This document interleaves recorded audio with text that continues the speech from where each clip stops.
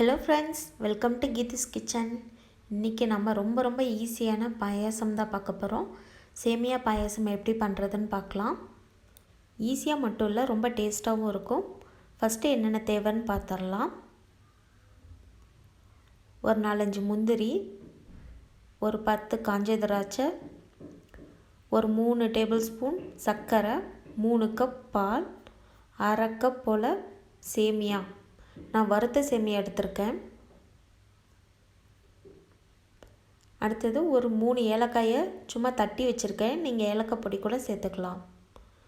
So இது அவ்வளோதான் இதுக்கு தேவையான பொருட்கள். ஒரு பேன் வச்சிடலாம். பேன் சூடாகட்டும். சூடானதும் 1 ஸ்பூன் போல் நெய் விட்டுருக்கேன். நெய் லைட்டாக சூடானதும் முந்திரி சேர்த்துட்டு நல்லா ஃப்ரை பண்ணிக்கலாம், கோல்டன் கலர் வர வரைக்கும். சிம்லேயே வச்சு பண்ணுங்கள், இல்லாட்டி கரிஞ்சிடும்.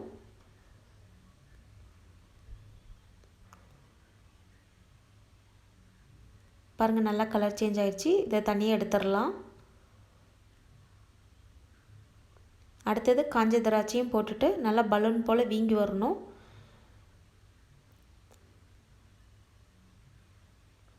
இதுவும் கலர் சேஞ்ச் ஆகிடுச்சு. இதையும் தனியாக எடுத்து ஒரு பிளேட்டில் வச்சுருங்க. லாஸ்ட்டாக ஆட் பண்ணிக்கலாம். இப்போ அதே பேனில் சேமியா சேர்த்துருக்கேன்.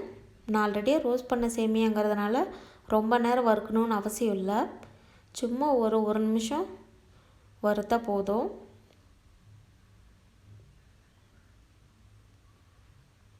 நீங்கள் வறுக்காத சேமியா எடுத்திங்கன்னா ஒரு 2-3 நிமிஷம் நல்லா வறுத்துக்கோங்க.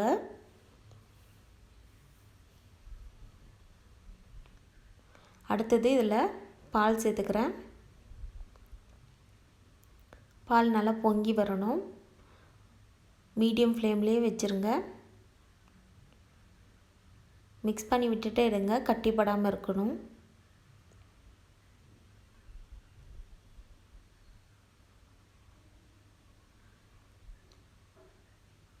நீங்கள் ஃபுல்லாக பால் சேர்த்துக்க வேண்டாம்னா 2 கப் பால் 1 கப் தண்ணி கூட சேர்த்துக்கோங்க.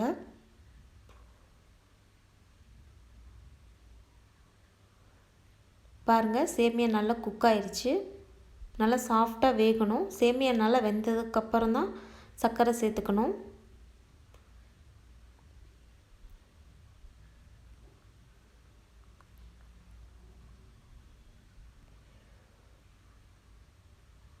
சர்க்கரை சேர்த்துக்கலாம்.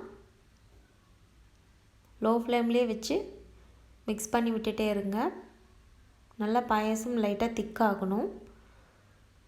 ஸோ சேமியாவும் நல்லா சாஃப்டாக வெந்துடுச்சு.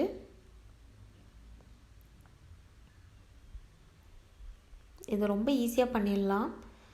அதுவும் நீங்கள் ரோஸ்டட் சேமியா எடுத்திங்கன்னா இன்னும் ரொம்ப ஈஸி. வறுக்கிற டைம் மிச்சமாகும். இப்போ தட்டி வச்சுருக்க ஏலக்காயும் சேர்த்துடலாம்.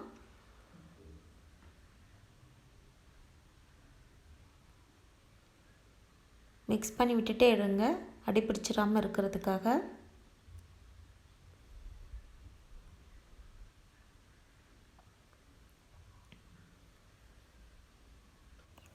ஃப்ரை பண்ணி வச்சுருக்கிற முந்திரி திராட்சையும் இதில் சேர்த்துடலாம்.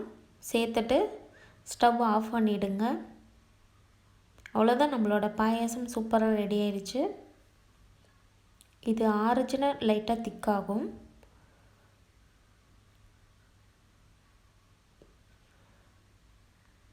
சர்வ் பண்ணிடலாம்.